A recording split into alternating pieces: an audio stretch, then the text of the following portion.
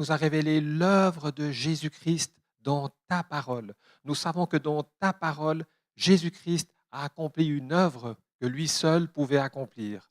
Et cette œuvre, Seigneur Jésus, tu l'as accomplie par ta vie et tu l'as accomplie par ta mort à la croix. Elle a été magnifiée par ta résurrection. Et maintenant, par la foi, nous nous approprions cette œuvre, Seigneur Jésus, que tu as accomplie. Nous l'avons entendu tous ces dimanches. C'est par la grâce que nous sommes sauvés. Tout vient de toi. Et on va tâcher de rappeler ces choses-là. Mais non seulement le salut, mais ensuite ces œuvres que Dieu a préparées d'avance.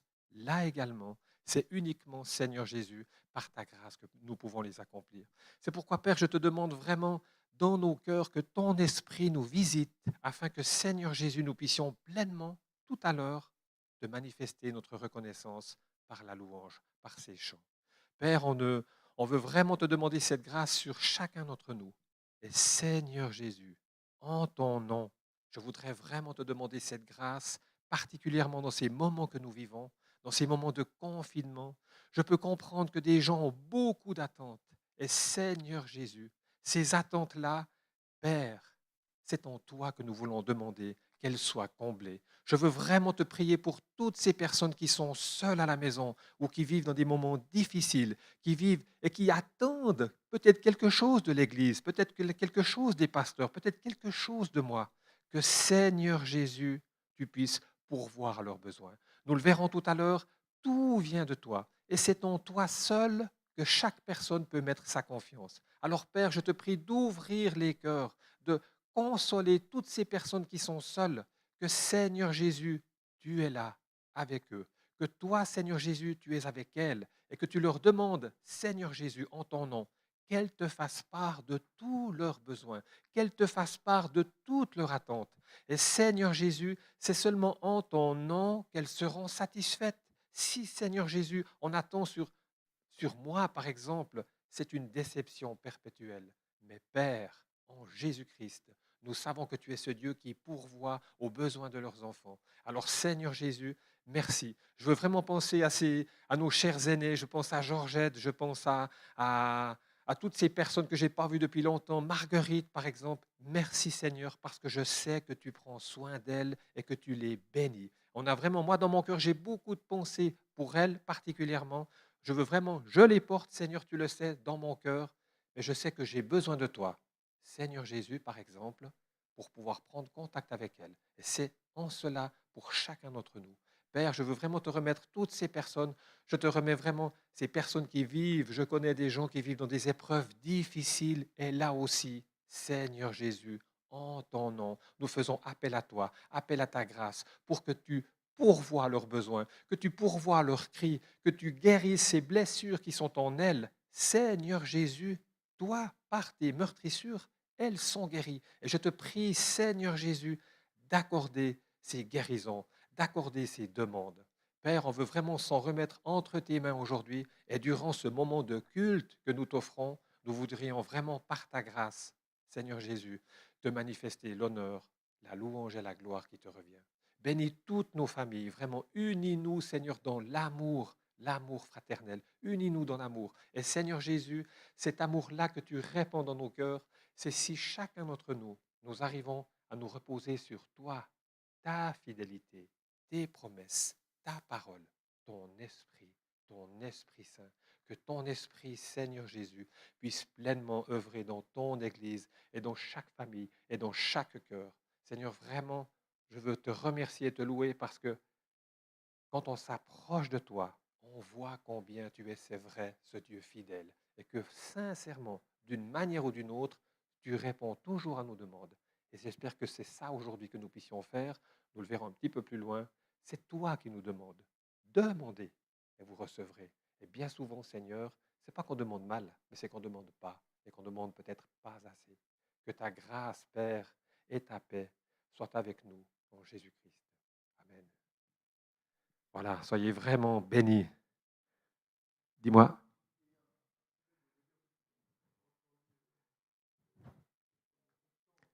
Ah, pardon, pardon. Ah, il paraît que vous avez eu un petit bug et qu'effectivement, vous n'avez pas entendu le début, le déroulement du culte. Je voulais juste vous dire que maintenant, on va passer un petit film pour les enfants, après quoi j'apporterai une petite introduction. Nous passerons par la louange, les chants qui seront projetés, que nous puissions vraiment manifester notre reconnaissance à Dieu. Et ensuite, David prendra la parole. Nous pouvons passer au... Merci David.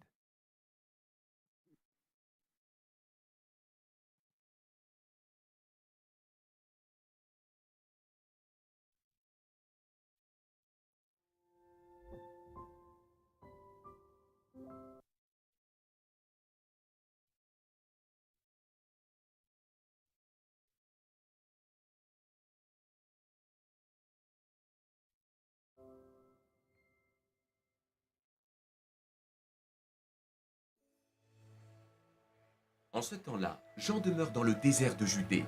Son vêtement est en poil de chameau. Il porte une ceinture de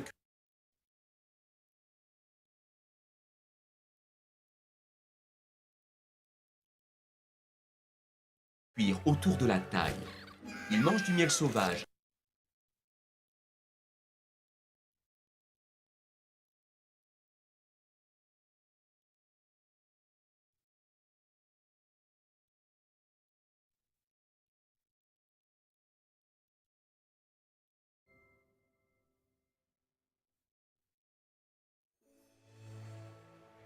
En ce temps-là, Jean demeure dans le désert de Judée. Son vêtement est en poil de chameau. Il porte une ceinture de cuir autour de la taille. Il mange du miel sauvage et des sauterelles. Et il trouve cela excellent. Préparez le chemin du Seigneur. Faites-lui des sentiers bien droits et repentez-vous. Le royaume des cieux s'est approché, recevez le pardon de vos péchés. Je vous baptise avec de l'eau pour montrer votre repentance. Mais celui qui vient après moi vous baptisera avec le Saint-Esprit et avec du feu. Je ne suis même pas digne d'enlever ses chaussures. Jésus se tient devant Jean pour être baptisé d'eau. Jean s'étonne d'être choisi. Mais Christ lui déclare, « Accepte, nous devons accomplir tout ce que Dieu demande. » Jésus, tu es l'agneau qui enlève le péché du monde. Aussitôt baptisé par Jean dans le fleuve du Jourdain, le ciel s'ouvre et l'Esprit de Dieu descend comme une colombe en direction de Jésus. Une voix venant du ciel déclare, « Celui-ci est mon Fils bien-aimé, je mets en lui toute mon affection. »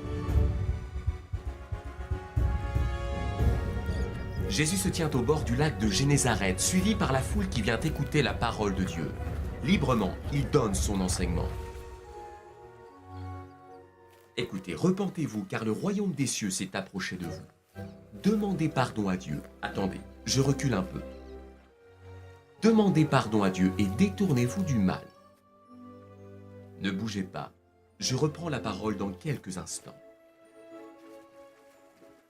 Jésus dit à Pierre qui travaille avec son frère André, « La foule est venue jusqu'ici pour m'écouter, et je dois l'enseigner. Éloigne ta barque un peu du bord, ainsi tous ces gens m'entendront. »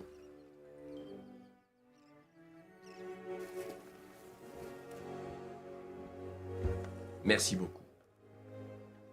Écoutez, le royaume des cieux est tout près de vous. Repentez-vous maintenant. Demandez pardon à Dieu pour vos péchés. Changez votre comportement, changez votre vie, éloignez-vous du mal. Croyez à la bonne nouvelle, vous qui m'écoutez. Soyez attentifs, cette parole est pour vous.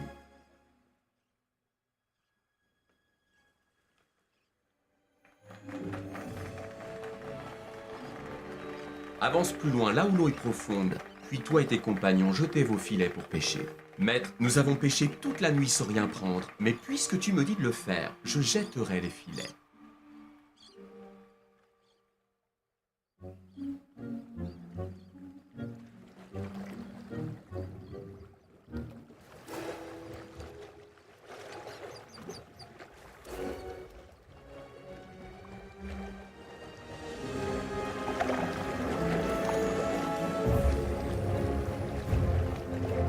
Ils prennent une si grande quantité de poissons que leurs filets commencent à se déchirer.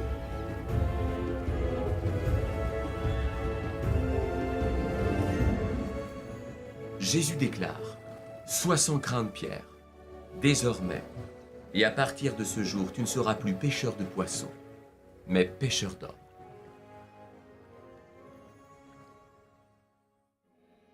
La renommée de Jésus se répand partout dans la région. La belle-mère de Pierre souffre d'une forte fièvre et l'on demande à Jésus de faire quelque chose. Il se penche sur elle et donne un ordre à la maladie. La fièvre la quitte, elle se lève aussitôt et se met à les servir.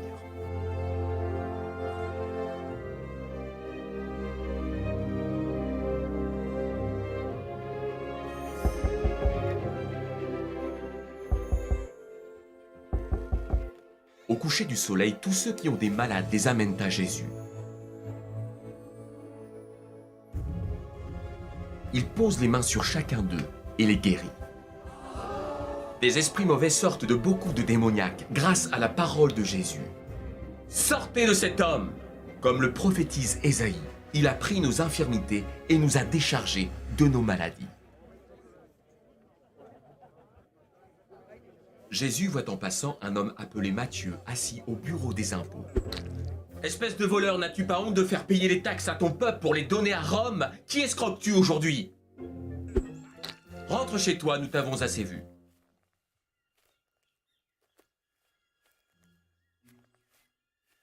Jésus s'approche de lui.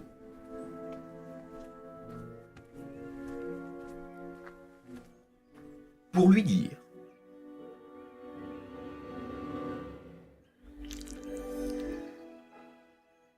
« Suis-moi, je dois manger dans ta maison aujourd'hui. » Un pharisien voit cela et dit aux disciples: « Pourquoi votre maître mange-t-il avec les collecteurs d'impôts et les gens de mauvaise réputation ?» Pour tout te dire, je ne sais pas quoi te répondre. Jésus les entend et déclare: « Les personnes en bonne santé n'ont pas besoin de médecins, ce sont les malades qui en ont besoin. Je ne suis pas venu appeler ceux qui s'estiment justes, mais ceux qui se savent pécheurs. » Tu ne fais donc aucune différence entre Matthieu le collecteur d'impôts et nous qui avons tout quitté pour te suivre?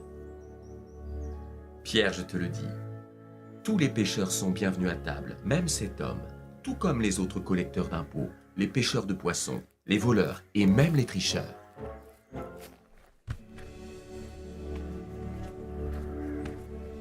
Jésus prend son repas dans la maison de Matthieu.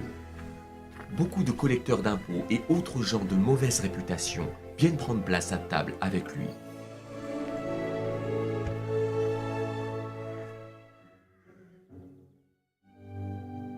Ainsi que ses disciples.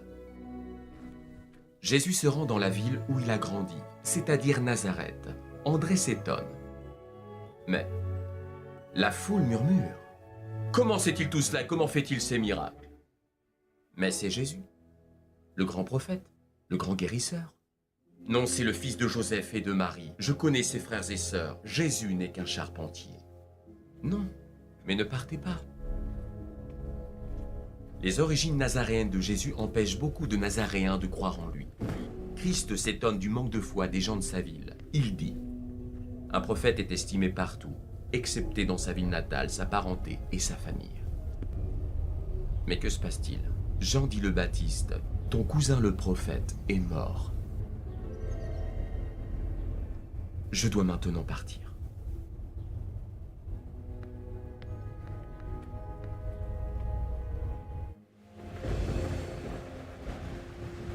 Ce soir-là, les disciples de Jésus sont dans une barque. Le vent souffle, la pluie tombe et le lac est agité. Ces pêcheurs de métier tentent de rejoindre la rive et commencent à se décourager, car leurs efforts n'aboutissent pas. Quand tout à coup, ils prennent peur et leurs yeux se figent. Pierre, de son côté, est saisi par la crainte de ses amis, ne comprenant pas bien la situation. Mais que se passe-t-il? Nous voyons un fantôme, Pierre. Nous voyons un fantôme. Un fantôme? Vous plaisantez. Jésus dit: « Courage, c'est moi, n'ayez pas peur. » Les disciples regardent les uns après les autres si c'est bien leur maître. Pierre! Pierre cherche à retrouver son souffle, laissant la foi et le doute agiter son esprit.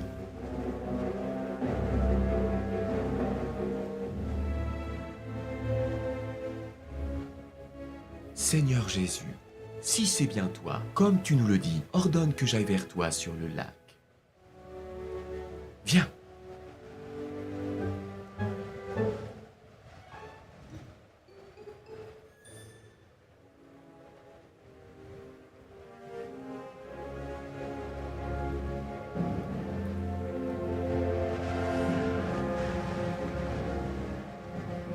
Pierre sort de la barque,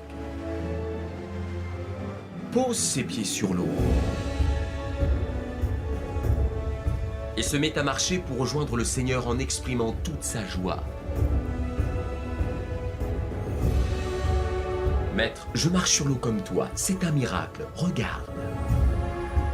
Mais quand il remarque la noirceur des nuages, la violence du vent et les vagues menaçantes, il prend peur. Il commence à s'enfoncer dans l'eau et s'écrie: Maître, Seigneur, sauve-moi! Jésus! Aussitôt, Jésus étend la main, le saisit et lui dit: Comme ta confiance est faible, pourquoi as-tu douté? Ils montent tous les deux dans la barque. Le vent tombe, la pluie cesse et le lac se calme. Alors Pierre et les autres disciples admirent Jésus et disent: Tu es vraiment le Fils de Dieu.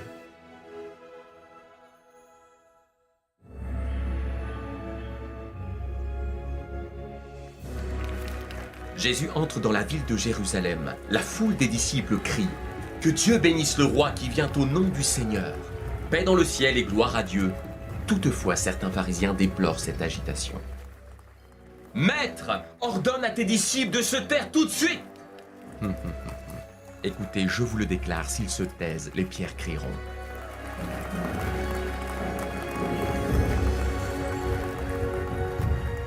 À la vue de Jérusalem, Jésus s'attriste, car ses habitants ne reconnaissent pas le temps où Dieu vient les secourir. C'est bon, c'est beau. Les enfants, vraiment désolé, mais cette fin, on vous la promet, vous la reverrez, on vous représentera ce film. On est vraiment désolé pour chacun d'entre vous.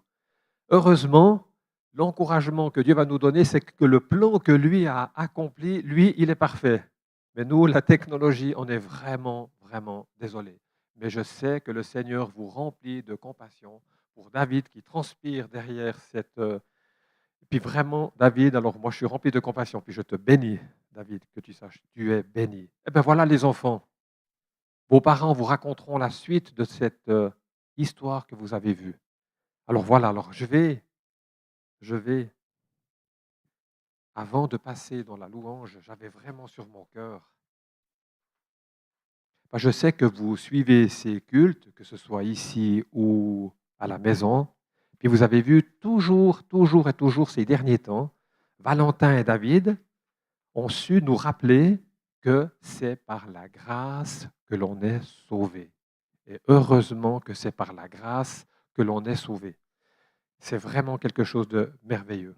Mais c'est vrai que j'aimerais juste rappeler par 3 versets que non seulement le Seigneur a tout accompli avant que nous intervenions de faire quoi que ce soit, c'est toujours, Mike Evans l'a bien signalé, c'est toujours le Seigneur qui a pris l'initiative. C'est toujours lui qui a accompli quelque chose et puis après, c'est à nous de se l'approprier. Et ils l'ont très bien dit, nous sommes sauvés par la grâce. Et puis, je trouve vraiment chouette cette petite introduction qu'on a vue dans ce petit film pour les enfants, parce que vous avez entendu que Jean-Baptiste et ensuite Jésus disaient « Repentez-vous ».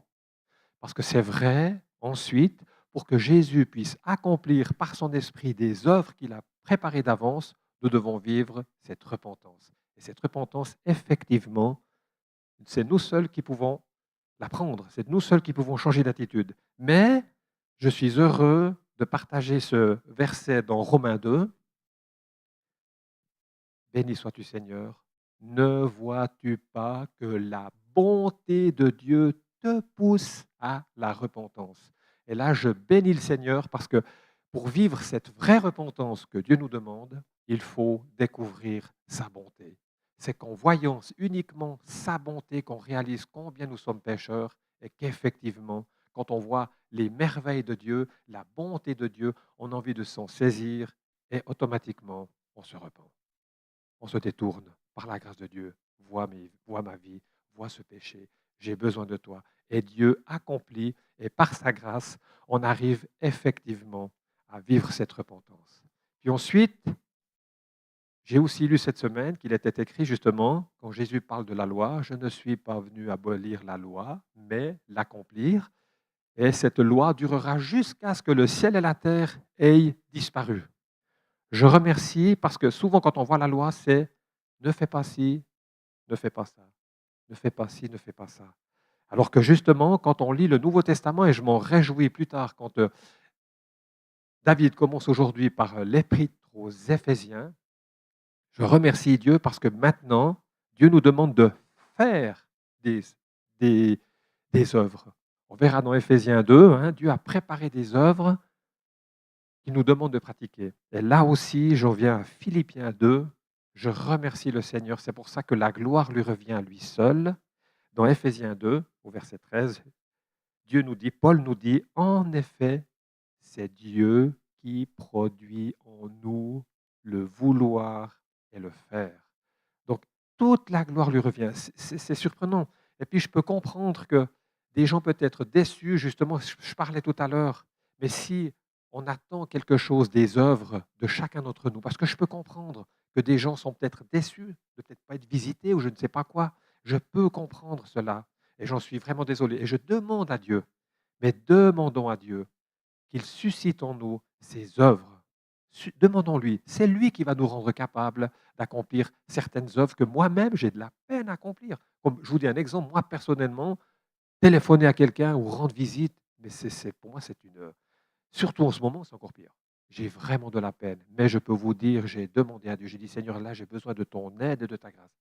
Et Dieu change gentiment. J'ai osé prendre contact avec certaines personnes, j'ai osé leur téléphoner et j'ai osé maintenant, je prends contact même avec des personnes. Voilà, c'était juste pour vous dire que si je ne le demande pas à Dieu, on n'y arrivera pas. C'est lui qui produit en nous le vouloir et le faire.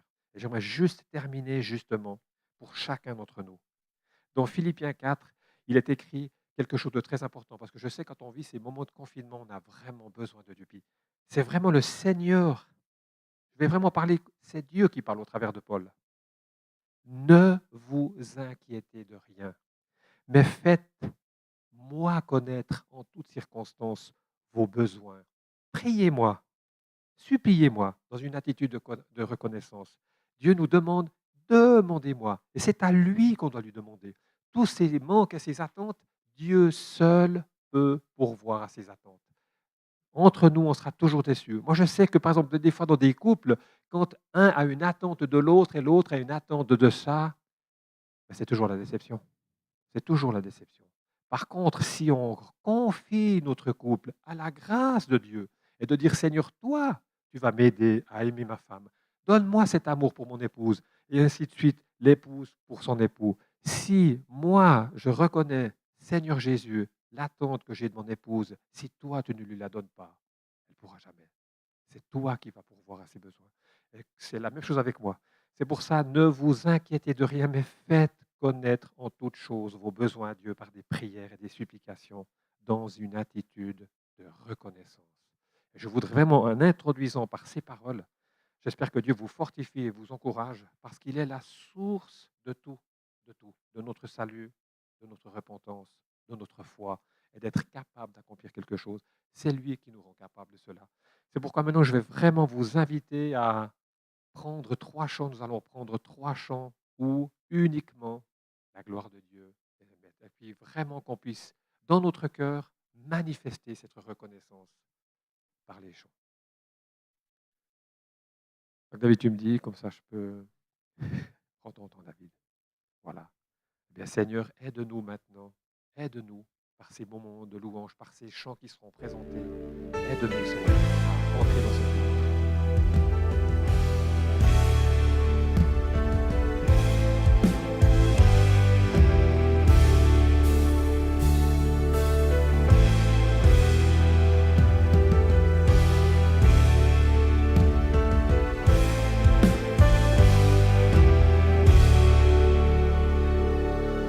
Qui est semblable à notre Dieu, suprême.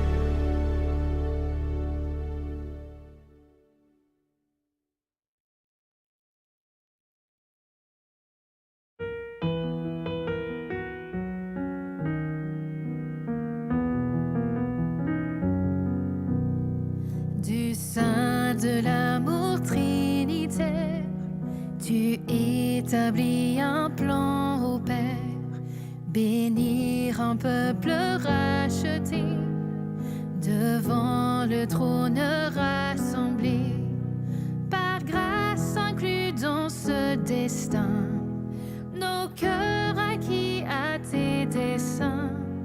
Nous t'adressons cette prière, répands ton salut sur la terre. Ouvre les portes, ouvre les cœurs, sers-toi de nous, Dieu rédempteur, déploie ton bras pour sauver les nations. Ô Seigneur, glorifie ton nom.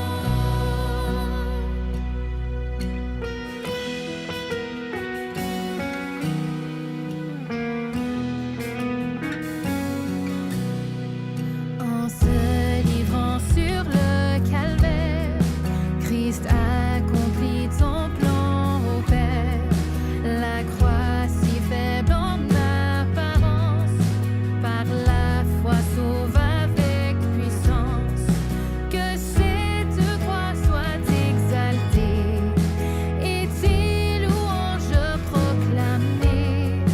Héros du message de joie, nous annonçons Christ notre roi. Ouvre les portes, ouvre les cœurs, sers-toi de nous, Dieu rédempteur, déploie ton bras pour sauver les nations. Ô Seigneur, glorifie ton nom.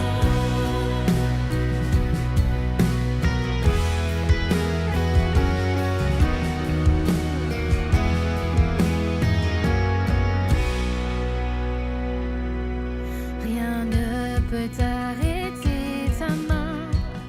Ô Père, le salut t'appartient.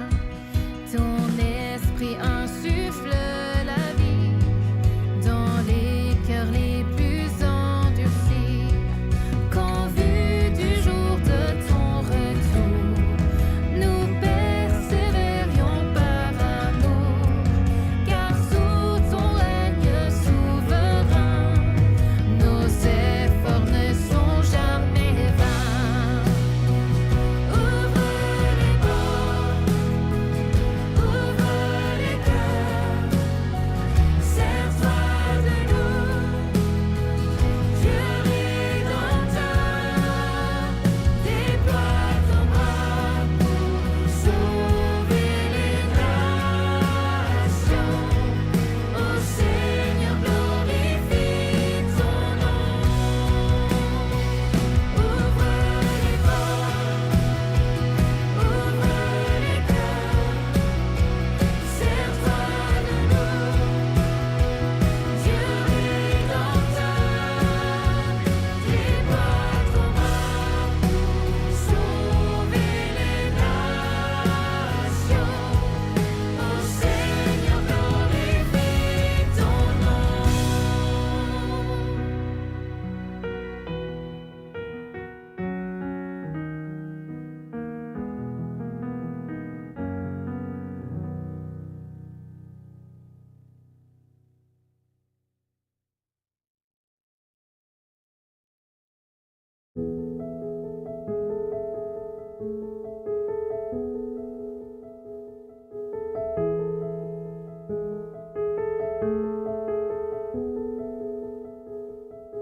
L'amour pourrait recouvrir nos offenses et les oublier malgré son omniscience.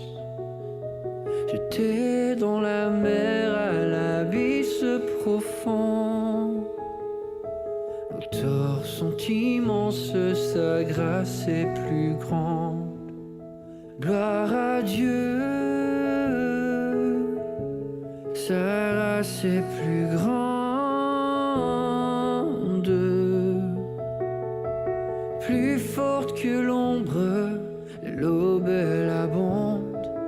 Nos torts sont immenses, sa grâce est plus grande.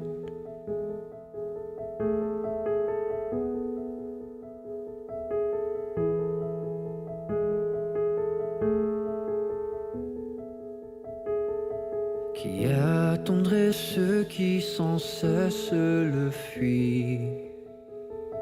Quel Père si tendre nous appelle à lui? Ses bras sont ouverts aux pécheurs qui l'entendent. Nos torts sont immenses, sa grâce est plus grande.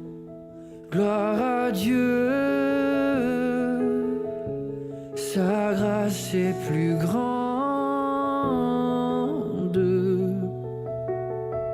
Plus forte que l'ombre, dès l'aube elle abonde. Nos torts sont immenses, sa grâce est plus grande.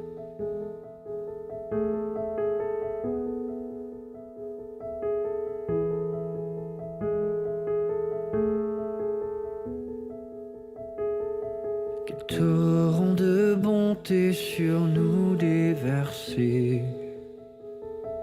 Il couvre la dette impossible à payer. Le prix, son corps brisé, son sang est l'offrande. Nos torts sont immenses, sa grâce est plus grande. Gloire à Dieu, sa grâce est plus grande. Plus forte que l'ombre, dès l'aube elle abonde. Nos torts sont immenses, sa grâce est plus grande. Gloire à Dieu, sa grâce est plus grande. Plus forte que l'ombre, dès l'aube elle abonde. Nos torts sont immenses, sa grâce est plus grande.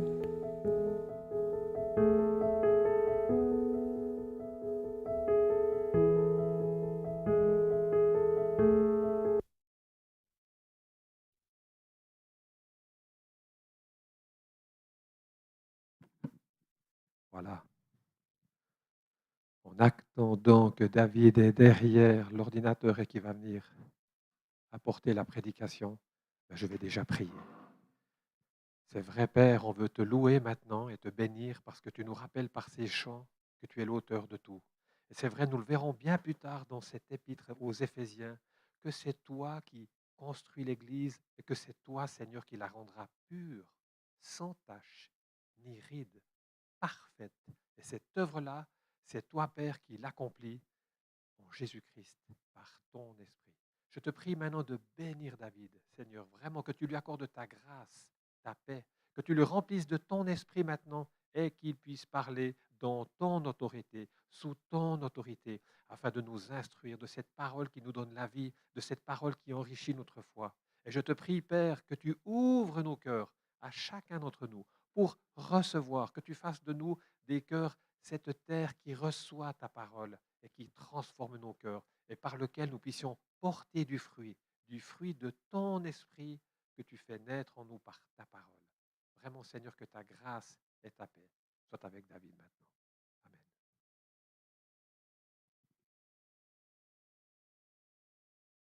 Il est mon pasteur que j'aime.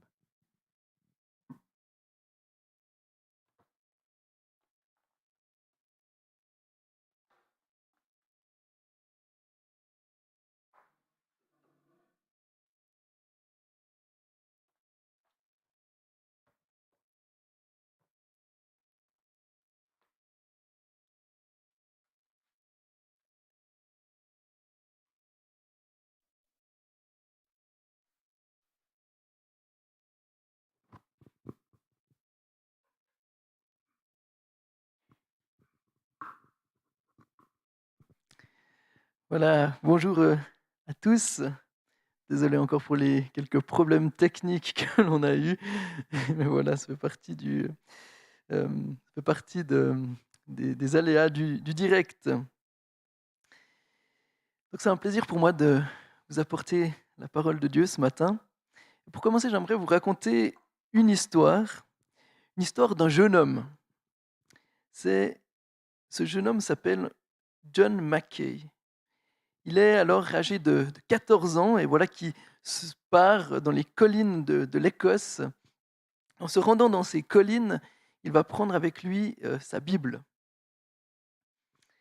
Et durant le temps qu'il se trouve dans ces collines d'Écosse, il va ouvrir sa Bible et étudier le livre d'Éphésiens. Et après l'expérience qu'il va vivre dans ce moment en Écosse, avec cette étude du livre d'Éphésiens, il va écrire ces mots. J'ai vu un monde nouveau. Tout était nouveau. J'avais un nouveau regard. J'expérimentais des choses nouvelles. J'avais une nouvelle attitude envers les autres. J'ai aimé Dieu. Jésus-Christ est devenu le centre de tout. J'étais vraiment vivant. Je vous raconte cette histoire parce que, comme William l'a bien dit, on va donc démarrer cette nouvelle série sur l'épître aux Éphésiens. Euh, et le titre du message ce matin, c'est l'Évangile et la vie chrétienne. Et ma prière, c'est vraiment que pendant cette série sur Éphésiens, que comme John Mackay, que vous puissiez voir ce monde nouveau, que nous puissions avoir ce regard qui est renouvelé, que nous puissions aussi d'une manière nouvelle vivre en ayant Jésus-Christ comme centre de nos vies. Un autre auteur qui s'appelle Klein Songrass a dit « Éphésiens pourrait être le document le plus influent de l'histoire ». Alors, je ne sais pas s'il a raison, mais l'épître aux Éphésiens est un chef-d'œuvre. Paul, il parle de vérité importante pour nous qui sommes chrétiens. Et comme j'ai dit, ma prière, c'est qu'on puisse se laisser toucher par les vérités que cet épître va nous révéler.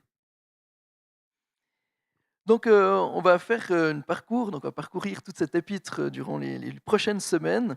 Et ce matin, je vais commencer par un message qui sera plus d'introduction, un message où je vais prendre simplement les 2 premiers versets de cette épître, mais je vais aussi faire un petit peu un survol du message global de l'épître, comme ça, pour avoir un petit peu une vue d'ensemble. Et puis dans les prochains messages de cette série, donc on va aller un petit peu plus en profondeur, où on prendra passage par passage, pour vraiment bien nous rendre compte des vérités que que Dieu nous dit à travers Paul dans cet épître aux Éphésiens. Donc je vous invite à ouvrir la parole de Dieu en Éphésiens 1, versets 1 et 2. Je vais mettre là. Tu vas me remettre. Ouais, voilà, super. Alors il a écrit de la part de Paul, apôtre de Jésus-Christ par la volonté de Dieu, aux saints qui sont à Éphèse et qui sont fidèles en Jésus-Christ. Que la grâce et la paix vous soient données de la part de Dieu notre Père et du Seigneur Jésus-Christ. Jusqu'ici, la parole de Dieu. Il y a quelque chose que j'aimerais souligner par rapport à cet épître aux Éphésiens ce matin. Les 2 premiers points vont être sur ces premiers versets, et ensuite les 2 suivants sur l'ensemble de l'épître. Mais la première chose que l'on voit, c'est que l'épître aux Éphésiens nous parle d'une réalité concrète. L'épître aux Éphésiens s'ouvre avec ces mots « de la part de Paul, apôtre de Jésus-Christ, par la volonté de Dieu ». Il y a quelque chose d'intéressant ici, si on fait attention, c'est que, quand on y réfléchit plutôt, Paul avait été autrefois persécuteur de l'Église. On le lit en Acte 9, versets 1 et 2. Mais Dieu, par sa grâce, par sa volonté, a fait de lui l'apôtre de Jésus-Christ auprès des païens.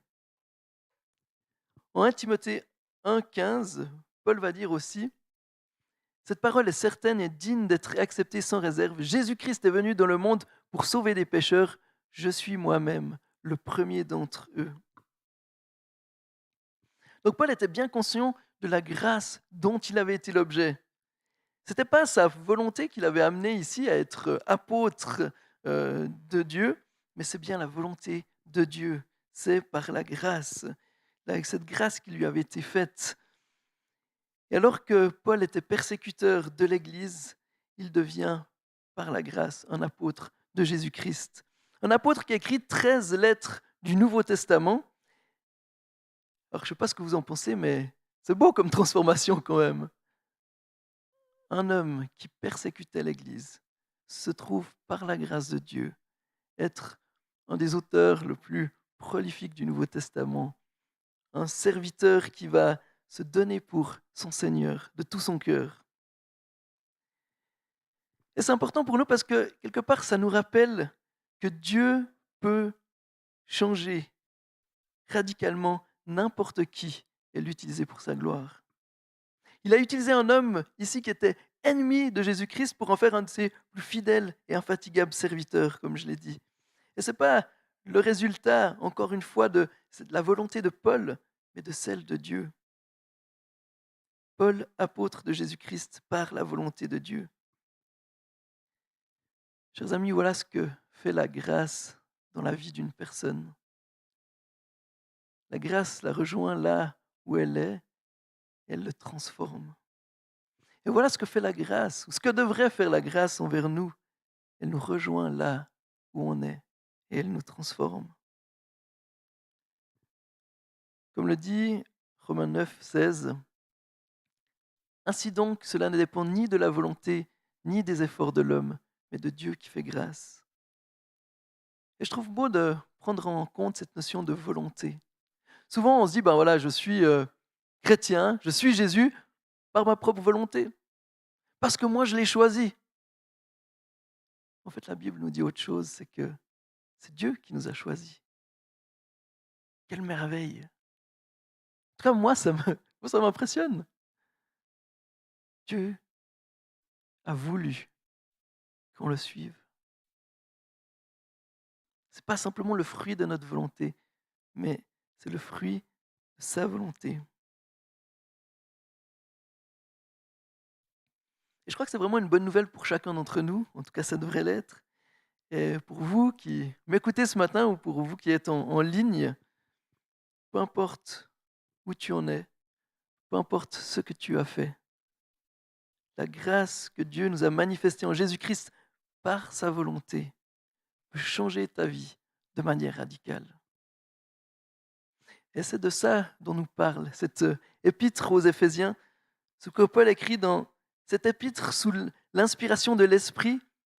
Ce n'est pas une théologie abstraite, ce n'est pas juste des concepts déconnectés de la réalité, c'est une réalité concrète que Paul a expérimentée de manière radicale.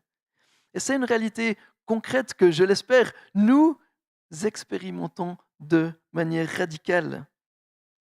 Paul est vraiment la bonne personne pour nous amener le contenu de cette épître. Mais ce qui est beau, c'est que cette réalité nous concerne. Elle concerne tous ceux qui se confient en Jésus-Christ. C'est donc une réalité qui me concerne, qui te concerne. Et si tu as mis ta foi en Jésus-Christ, eh ben, ma prière, c'est que ces réalités deviennent également changer ta vie.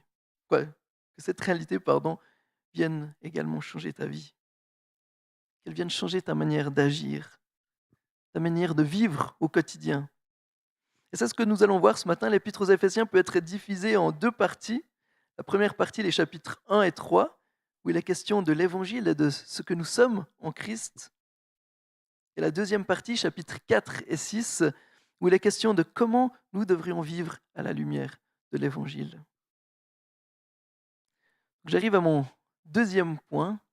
L'Épître aux Éphésiens nous parle d'une vérité fondamentale. Avant qu'on se plonge un peu plus dans le message de cette épître, il y a une deuxième chose que j'aimerais souligner, c'est que Paul écrit cette lettre aux saints qui sont à Éphèse et qui sont fidèles en Jésus-Christ. Je remets peut-être juste le verset, que vous le voyez. Voilà. De la part de Paul, apôtre de Jésus-Christ, par la volonté de Dieu, aux saints qui sont à Éphèse et qui sont fidèles en Jésus-Christ, que la grâce et la paix vous soient données de la part de Dieu notre Père et du Seigneur Jésus-Christ. Paul écrit aux croyants qui se trouvent à Éphèse, et je ne sais pas comme vous le voyez, mais il y a un crochet à Éphèse. En fait, ça veut dire, quand vous trouvez ça dans vos Bibles, ça veut dire que, en fait, ce mot n'apparaît pas dans tous les manuscrits. Alors voilà, il y a une discussion un peu pour les spécialistes pour dire, voilà, est-ce que c'était vraiment à Éphèse que c'était destiné ou est-ce que c'était à d'autres églises. Mais voilà, ce qui ressort, c'est que certains spécialistes pensent qu'en fait, l'épître aux Éphésiens, c'était une circulaire qui était destinée en fait à différentes églises d'Asie, dont Éphèse était le point stratégique. Donc c'est très probable que l'église d'Éphèse l'ait reçue et en plus ensuite l'ait transmise à d'autres églises.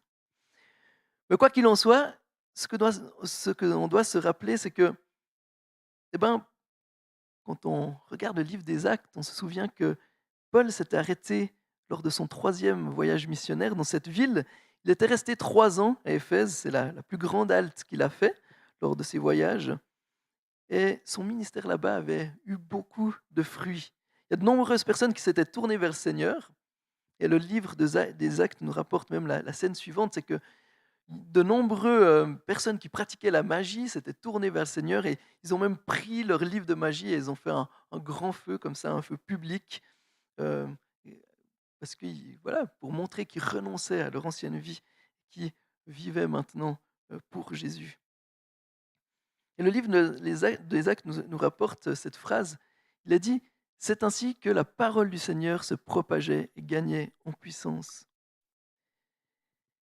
Et Paul a eu un tel impact dans cette ville d'Éphèse que c'est devenu menaçant en fait pour le culte de la déesse Diane, ou Artémis, qui était la déesse protectrice de la ville.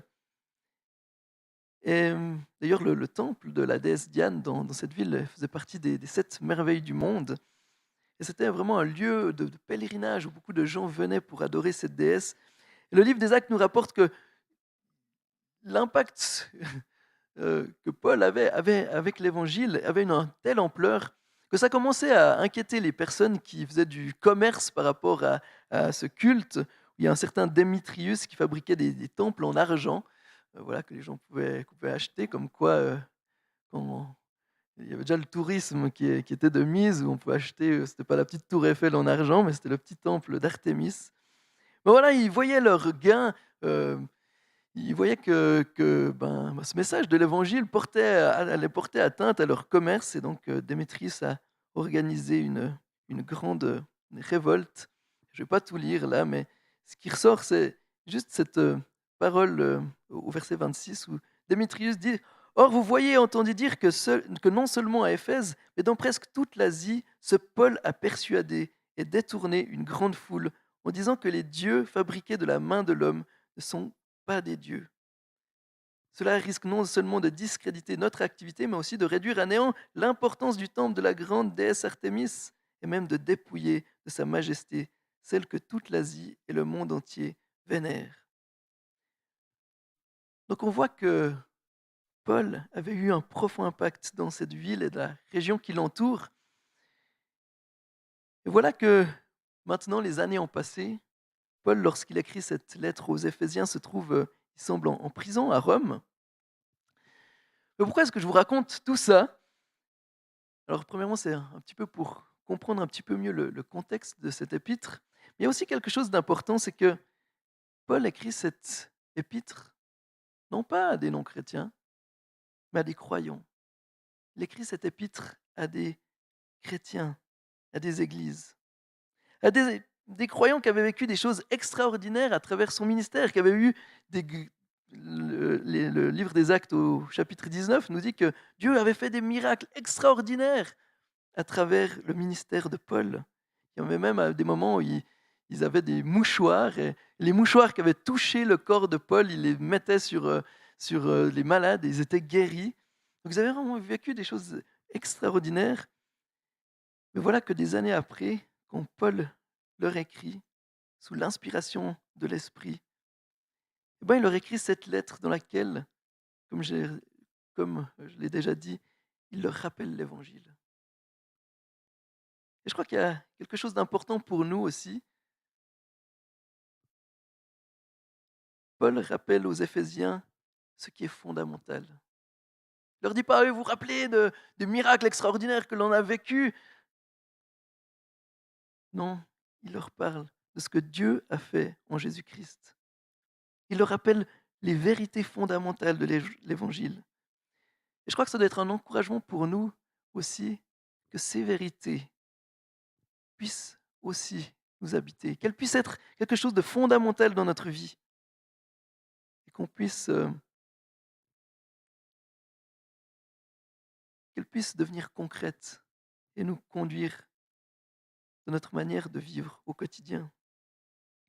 Un commentaire que j'ai lu qui s'appelle Exalting Jesus in Éphésiens, il est dit: nos âmes ont besoin de voir cette description de la grâce glorieuse de Dieu. Nous avons besoin de l'évangile tous les jours. Oui, les chrétiens ont besoin de l'évangile tous les jours. Souvenez-vous, Paul écrit cette lettre aux églises chrétiennes et pourtant il consacre 3 chapitres à leur dire ce qu'est l'évangile. Paul écrit à des gens ordinaires, tout comme nous. Certains étaient riches, d'autres étaient de simples employés. Certains travaillaient au port, certains étaient des serviteurs de maîtres, d'autres travaillaient dans de petits villages. C'était des chrétiens qui vivaient dans le monde. Ils devaient d'abord comprendre qui ils étaient et ensuite comment vivre cette réalité, tout comme nous. Où je veux en venir, c'est que on doit se rendre compte qu'on a besoin de ces vérités, on a besoin de l'Évangile, parce qu'elle nous rappelle qui nous sommes en Jésus-Christ. C'est pas simplement l'Évangile, c'est pas simplement la porte d'entrée de la vie chrétienne, je sais qu'on l'a déjà dit, mais c'est la vie chrétienne. Et c'est pourquoi j'invite ce matin avec humilité et attention de découvrir le contenu extraordinaire de cette épître aux Éphésiens. J'arrive à mon 3e point. Ça va venir. Tac. Voilà. L'épître aux Éphésiens nous parle de l'œuvre de Dieu et de notre identité en Christ. Une des pensées clés de l'épître aux Éphésiens, c'est l'expression en Christ. L'épître nous montre dans les premiers chapitres comment Dieu s'est formé une nouvelle humanité en Christ, par l'Esprit. Cet épître nous décrit comment Jésus-Christ est mort pour les pécheurs, comment il est ressuscité et il a été exalté au-dessus de toutes choses, et comment maintenant il est le chef de l'univers et de l'Église. L'épître nous montre comment nous sommes sauvés par la grâce de Dieu, comment à travers notre union à Christ, nous sommes ressuscités et assis avec lui dans les lieux célestes.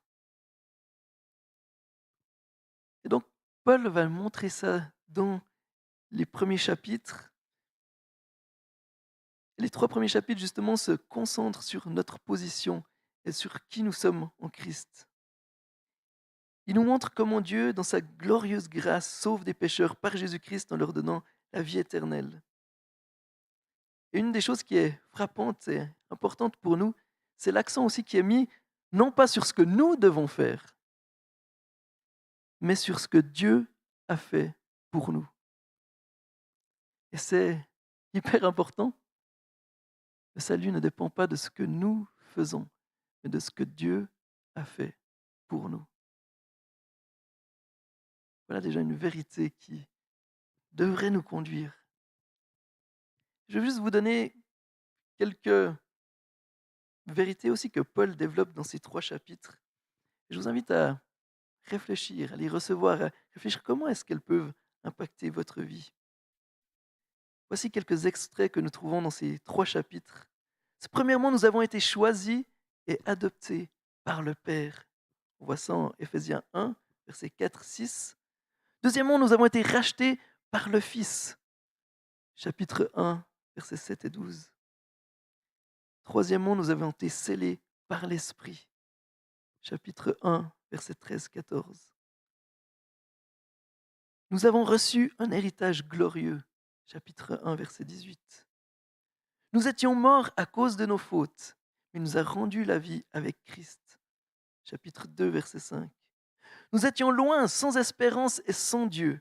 Il nous a rendus proches par le sang de Jésus. chapitre 2, versets 12 et 13. Nous étions étrangers, nous sommes maintenant membres de la famille de Dieu.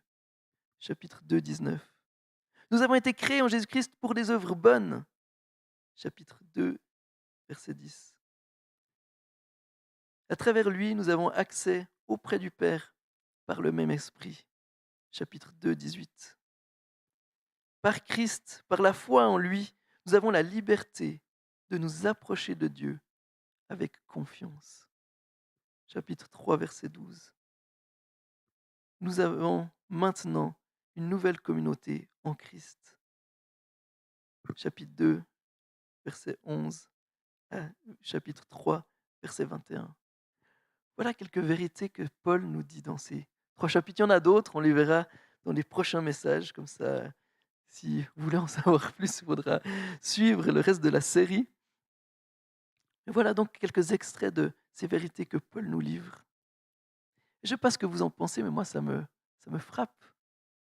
On voit ce que Dieu a fait pour nous. C'est lui qui nous a choisis, c'est lui qui nous a sauvés, c'est lui qui nous a scellés. Et on voit l'œuvre du Dieu trinitaire, le Père, le Fils et le Saint-Esprit, qui agissent pour notre salut. Est-ce que c'est pas merveilleux ça? Est-ce que c'est pas reposant? Est-ce que c'est pas waouh, ça nous enlève un poids sur les épaules? Dieu est l'auteur de notre salut. Je voudrais vraiment vous inviter à méditer sur ces vérités. Voici notre identité en Christ. Voici qui nous sommes. Nous sommes enfants de Dieu. On est dans une société où on cherche notre identité, on le cherche à travers tout plein de choses. J'entendais encore une émission qui parlait des réseaux sociaux et combien les gens essayent de se créer un monde où tout a l'air beau, tout a l'air merveilleux, où ils s'efforcent de se donner corps et âme pour avoir un corps qui ressemble à ce que les standards nous disent, que les standards de beauté, les standards de comment on devrait être. Et plein de gens utilisent la chirurgie esthétique pour correspondre à ces normes. Ils sont prisonniers du regard des autres. Quelque part, ils cherchent leur identité.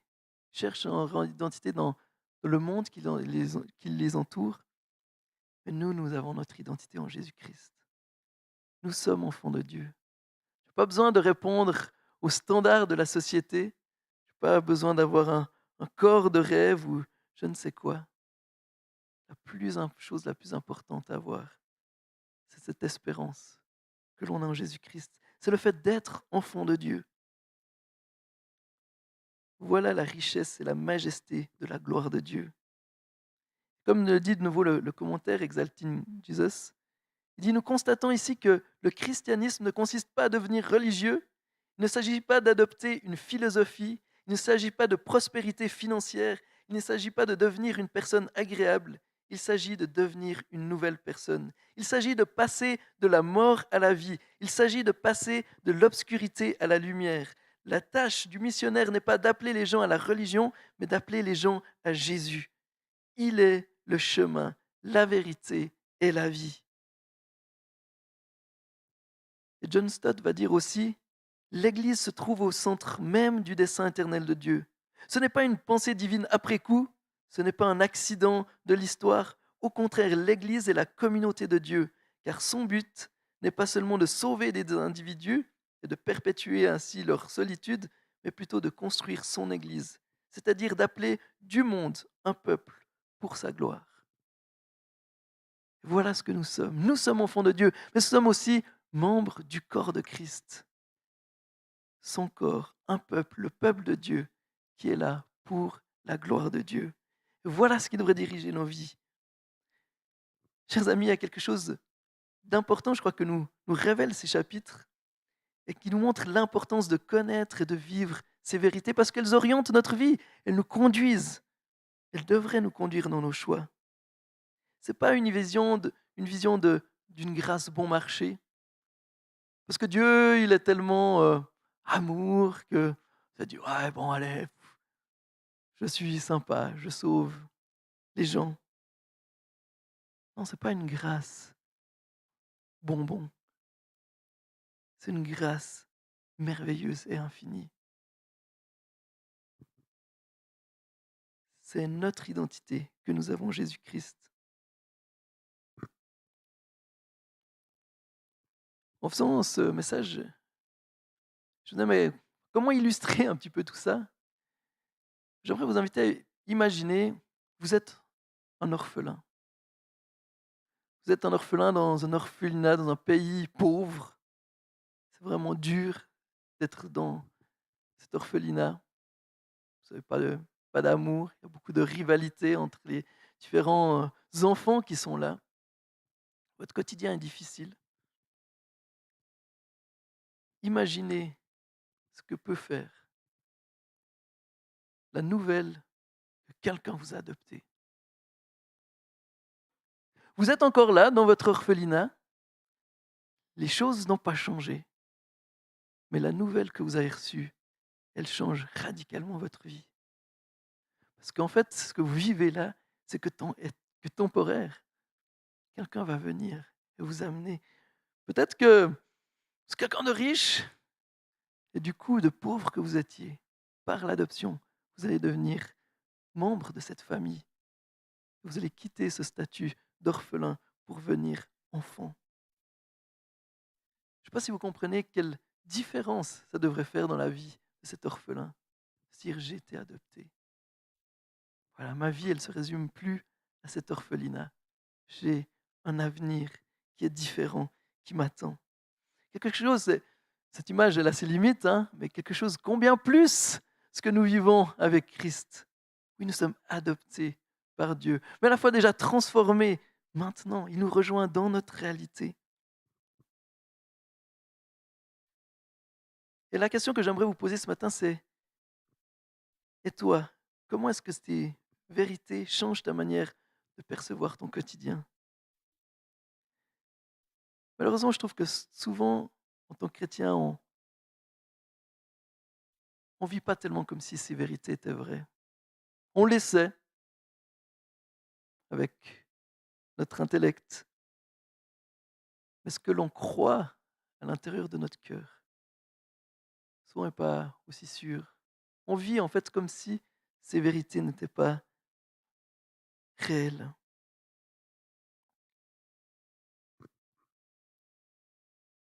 Et trop souvent, on oublie ce glorieux héritage que nous avons en Jésus-Christ.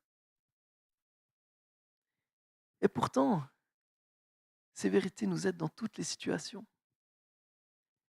Si tu te sens seul ou abandonné ce matin, eh ben, l'Épître aux Éphésiens te dit que si tu es en Christ, Dieu t'a prédestiné à être à être son enfant. Si tu as peur de l'avenir et de ce qui peut arriver, l'Épître aux Éphésiens dit que en Christ, nous avons un glorieux héritage. Si tu doutes de ton salut, l'Épître aux Éphésiens dit que tu as été choisi avant la création du monde. Si tu te sens sale et honteux, peut-être par quelque chose que tu as fait, l'Épître aux Éphésiens te dit que- te dit qu'en Christ, Dieu t'a rendu la vie et fait asseoir avec lui dans les lieux célestes. Le fait d'asseoir quelqu'un avec lui, à l'époque, c'était vraiment une preuve d'honneur. Même si on se sent honteux, eh ben, Dieu, en Jésus-Christ, nous enlève notre honte et nous donne sa justice, nous élève, nous partage son honneur.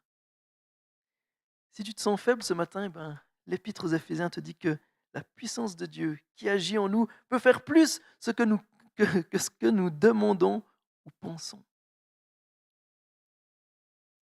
Si tu te sens pas aimé, peut-être, l'Épître aux Éphésiens te dit que l'amour de Christ pour toi surpasse toute connaissance. Voilà comment ces vérités peuvent chambouler nos vies. Et j'aimerais vous inviter vraiment à réfléchir dans toutes les situations que vous vous trouvez face aux sentiments qui peuvent vous traverser, peut-être de solitude, d'abandon ou d'échec. puissiez tourner vos yeux vers Jésus-Christ. C'est lui notre salut. Et c'est la deuxième partie aussi, qu'on arrive à la deuxième partie de l'Épître aux Éphésiens. La première partie qui nous dit qui nous sommes en Jésus-Christ. Et la dernière partie, et c'est mon quatrième et dernier point, qui dit l'Épître aux Éphésiens nous parle comment l'Évangile nous met en marche avec Christ. Ce qui est intéressant, c'est que dans la première partie, justement, beaucoup de verbes sont au passif. Et là, dans cette deuxième partie, donc on voit que c'est l'œuvre de Dieu, c'est pas la nôtre. Dans cette deuxième partie, beaucoup de verbes deviennent des impératifs. Ce que Christ a fait pour nous doit transformer notre vie. Des fois, on a l'impression que dit oui, mais si c'est Dieu qui a fait, si c'est que la grâce, alors enfin, j'ai rien à faire. Ça. Mais non, non, ça serait pas comprendre. Non, ces vérités doivent nous transformer. Et pour ceux qui me connaissent, souvent c'est ce que je m'évertue de souligner. Et j'aime souligner cette dynamique que nous montre cet épître aux Éphésiens. C'est que nous agissons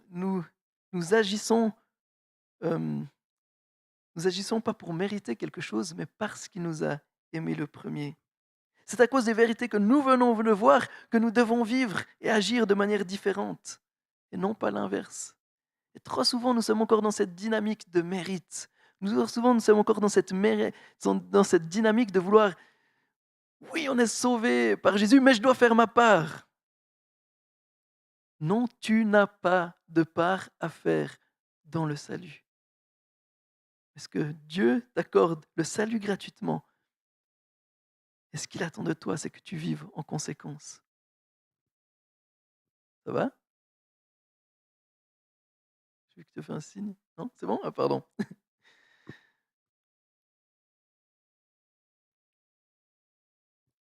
Donc ne vivons pas pour l'inverse, mais en conséquence. Quand nous ne vivons pas, pardon, pour mériter, obtenir, mais à cause de ce que nous avons reçu en Jésus-Christ. Je reviens à mon image de cet enfant qui a été adopté.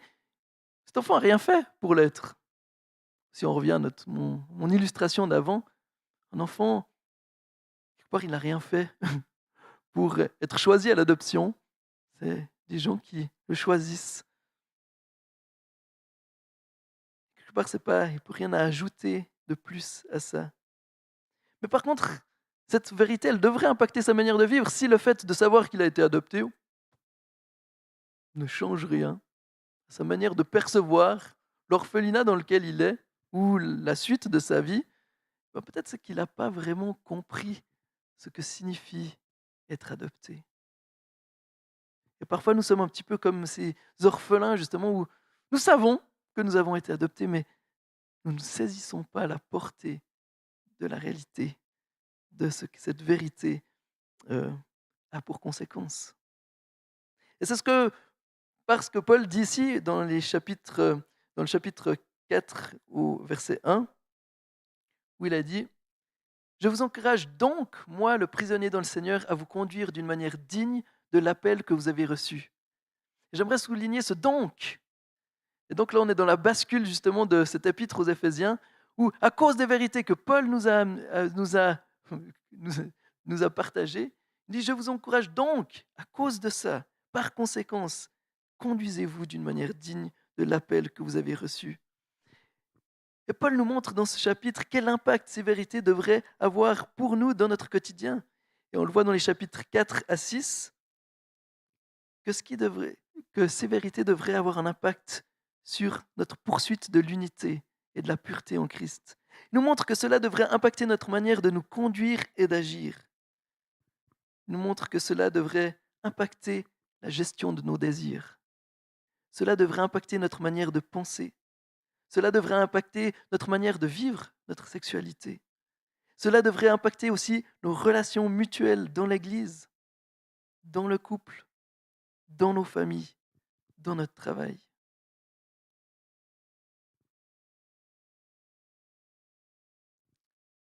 Paul nous montre comment l'évangile, cette bonne nouvelle de la grâce de Dieu en Jésus-Christ, devrait impacter notre être entier et notre vie entière. Et c'est vrai que je suis interpellé des fois. euh, je veux dire, c'est un défi pour nous, pour chacun d'entre nous. Je m'inclus dedans. Je ne suis pas simplement en train de vous faire vous dire des belles choses et de ne pas l'appliquer à moi-même. C'est un défi de vivre cette réalité. C'est pour ça qu'on a besoin de les connaître. C'est pour ça qu'on a besoin de les intégrer et d'y croire. Et de regarder comment est-ce qu'on agit dans notre quotidien. Et c'est vrai que souvent je suis frappé par le nombre de couples qui se déchirent, le nombre de couples où chacun exige ses droits. J'ai le droit à ça. Et on se déchire les uns les autres à cause de nos droits personnels. On ne réfléchit pas d'abord, qu'est-ce que l'Évangile m'encourage à être avec mon mari, avec mon conjoint ou avec mes enfants? On réfléchit d'abord à quels sont mes droits. Et je crois que c'est quelque chose que la société nous a influencé. Et c'est une erreur. Je sais que la vie de couple, c'est pas évident. Et d'ailleurs, Dieu nous transforme à travers notre relation aussi avec notre conjoint. Il vient révéler aussi des choses qu'il y a dans notre cœur, notre égocentrisme. Et combien de fois je dois me repentir quand je me fâche avec mes enfants et que je réalise qu'en fin de compte, ce qui m'a motivé derrière, c'est qu'ils sont venus déroger mon petit confort à moi. Ils sont venus mettre du trouble dans mon moment que j'avais prévu pour me ressourcer, pour me reposer. En fait, je pense à moi et à moi, alors que l'Évangile détourne mon regard pour le tourner vers Christ. Et comme le dit encore le commentaire de nouveau, ce même commentaire d'Exalting Jesus, il dit, Éphésiens nous enseigne donc une toute nouvelle façon de vivre. Les nouvelles personnes adoptent un mode de vie différent de celui de la culture environnante. C'est un défi à Éphèse, c'est un défi pour nous aujourd'hui. Mais c'est vrai, comme je viens de lire, combien de fois nous agissons comme le monde, et même peut-être pire. Nous avons des conflits. Nous exigeons que les autres répondent à nos standards. Nous voulons appliquer notre justice. Nous critiquons, nous montons, etc. Vous pouvez ajouter tout ce qui vous vient par la tête. Chers amis, je crois qu'il y a un appel ce matin pour chacun d'entre nous, c'est de revenir à l'Évangile, de nous repentir de nos péchés. Arrêtons de nous voiler la face sur l'état de notre cœur. Arrêtons de faire semblant que tout va bien dans nos vies. Parce que c'est ceux qui réalisent.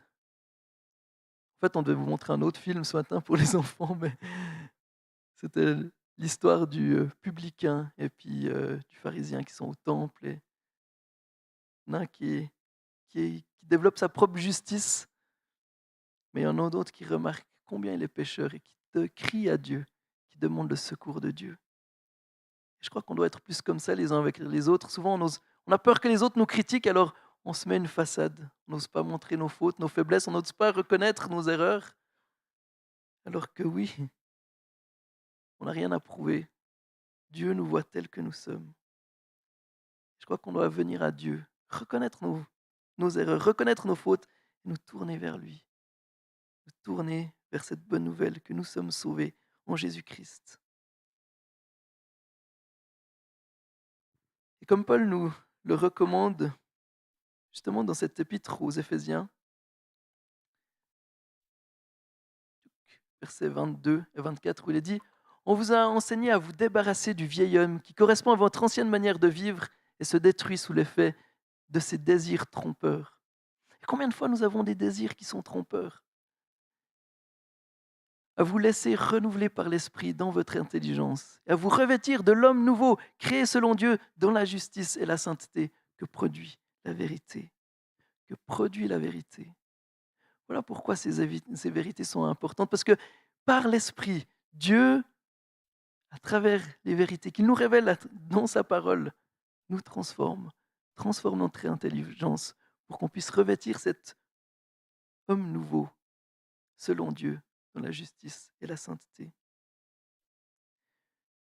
J'arrive à la fin de mon message, mais j'aimerais encore vous laisser avec ces questions. Comment est-ce que tu vis ton quotidien? Comment est-ce que tu es dans ton travail? Comment est-ce que tu es dans ta famille? Comment est-ce que tu es avec ton conjoint? Comment est-ce que tu es avec tes enfants? Comment est-ce que tu es dans l'église? Est-ce que du temps, est-ce que tu te revêts de cet être nouveau? Ou est-ce que tu es encore dirigé par cette ancienne manière de vivre? Si tu vis cette nouvelle manière, eh ben, gloire à Dieu. Et sinon, j'aimerais t'encourager à te poser la question, mais pourquoi? Qu'est-ce qui te dirige encore? Est-ce la peur des autres? Est-ce ta propre justice? Si c'est le cas, j'aimerais t'inviter à te tourner vers Jésus. J'aimerais vraiment justement conclure ce message avec cet appel. S'il y a des personnes qui nous suivent en ligne, ou peut-être qui sont ici, je ne connais pas beaucoup, s'il y en a des qui réalisent que peut-être ils n'avaient pas du tout saisi euh, ces vérités de l'Évangile, si peut-être vous réalisez que vous vivez encore par vous-même, par vos propres forces, eh ben, j'aimerais vous appeler à accepter Jésus dans votre vie, à faire tomber les masques, à reconnaître vos erreurs et à accepter sa grâce. Et j'aimerais faire un deuxième appel à ceux qui sont chrétiens depuis longtemps, ou peut-être récemment, et qui réalisent que justement, ils ne vivent pas selon cet être nouveau. J'aimerais vous inviter vraiment à vous repentir,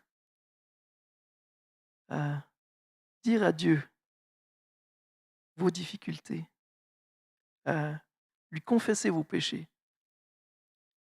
et à recevoir sa grâce. J'aimerais prier.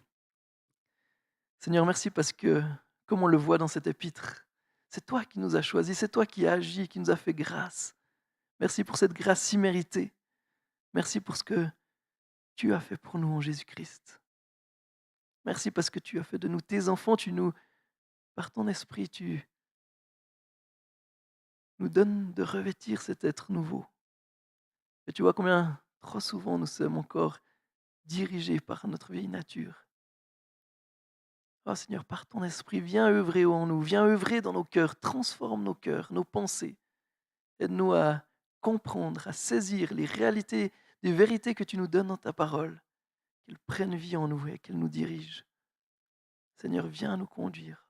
Aide-nous à te ressembler dans nos familles, à te ressembler avec nos enfants, à te ressembler dans nos relations avec nos voisins, nos voisines, nos collègues de travail. Aide-nous à te ressembler dans tous les domaines de nos vies. Pardon pour nos échecs, pardon pour nos erreurs, pardon pour notre orgueil et notre égocentrisme, pardon pour toutes les fois où on ne cherche pas à te refléter, mais on cherche notre propre gloire. Seigneur, on veut se repentir de ça et se tourner vers toi, te dire combien nous avons besoin de toi, Jésus.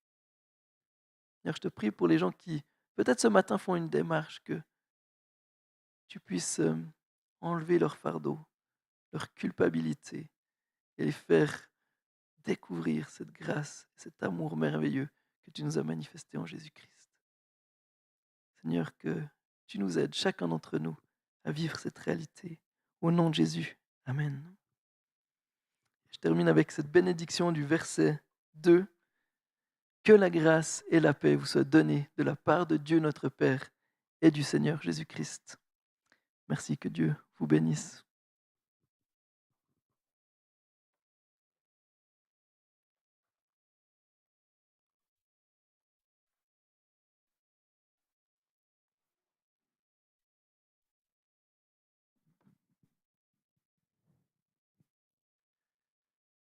Je suis à l'antenne. Merci beaucoup, Léna. Non? Merci beaucoup d'avoir accompagné à leur lit là. Je suis bon, David. Si vous me voyez, je suis heureux qu'on puisse entreprendre cette étude aux Éphésiens parce qu'il y a quand même une question quand on vit ces moments précis là maintenant, quand on réfléchit, il n'y a qu'une seule chose de ce monde qui va subsister. Vous êtes d'accord? Dans ce monde où l'on est maintenant, il n'y a qu'une seule chose qui va subsister éternellement. Je sais que vous le savez, mais c'est bien de se le rappeler. Il n'y a qu'une seule chose qui va subsister. Sinon, tout ce que l'on voit, tout ce qui est dans le visible, va disparaître. Mais il n'y a qu'une seule chose qui va rester éternellement sur cette terre. Et puis si on lit bien, et l'épître aux Éphésiens se réjouit d'écouter David, c'est l'Église. L'Église de Jésus-Christ. Tous ceux qui ont cru et mis leur confiance en lui subsisteront. Ça, c'est les 3 premiers versets, les 3 premiers chapitres d'Éphésiens. Puis après, ce que je trouve beau, c'est dans les 3 suivants, où c'est cette manière, où on a un peu plus de peine à se débarrasser de ce vieil homme. Mais ce que je trouve beau, Calvin qui a dit ça, parce que je me suis acheté ce bouquin, mais je n'ai encore pas reçu, que je me réjouis de lire, dit une belle chose. Quand on reconnaît l'amour et la grâce de Dieu, quand on pêche, ce qui nous chagrine, ce n'est pas le châtiment qu'on va recevoir de Dieu. Non, c'est de l'offenser. Et ça aussi, nous le verrons dans Éphésiens. Quand on attriste l'Esprit Saint, c'est ça qui doit nous reprendre. Seigneur, je te demande pardon d'avoir chuté là ou de tomber encore là. C'est ces choses merveilleuses qui vont nous transformer. Et vraiment, on s'en réjouit pour cela. Vraiment, je bénis le Seigneur. Alors, David vous a déjà béni, mais je vais peut-être finir par des annonces. Je ne sais pas s'il y a des annonces. David, tu as une annonce. Super. Parce que moi, je n'ai pas forcément d'annonce.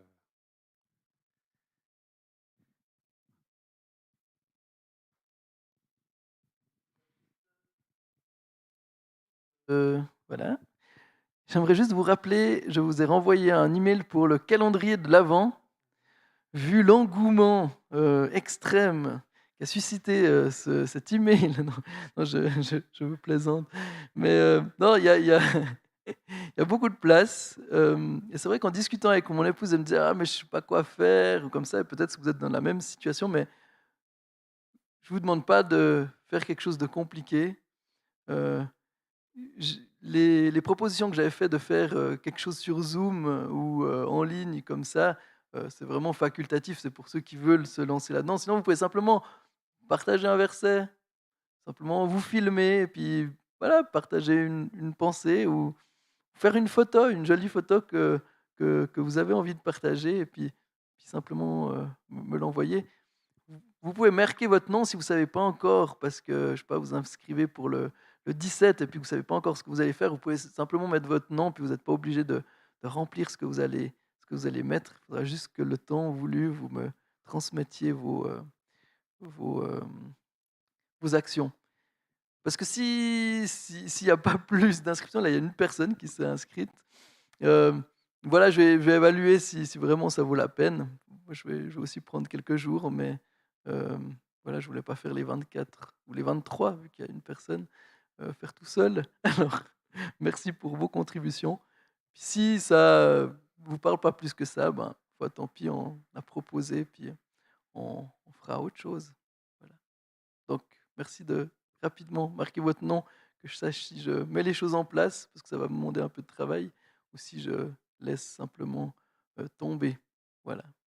Merci. Merci, David. Ben voilà, nous sommes à la fin de ce merveilleux culte, ce merveilleux moment que Dieu nous a donné. Alors je vais réitérer ce que David a dit, que la grâce et la paix, que la grâce, cette grâce dont on est dépendant de Dieu, cette grâce soit avec vous et que la paix, la paix vient de cette grâce. La paix vient de ce que Dieu, Éphésiens 1 à 3, cette grâce, nous l'avons reçue pleinement en Christ. Et pour Éphésiens 4 à 6, la paix que Dieu nous demande, nous le verrons, dans se débarrasser de ce vieil homme et de se revêtir de cet homme nouveau, là également. C'est Dieu qui nous en rendra capables. Alors mes bien-aimés frères et sœurs, soyez richement bénis en Jésus-Christ. Amen.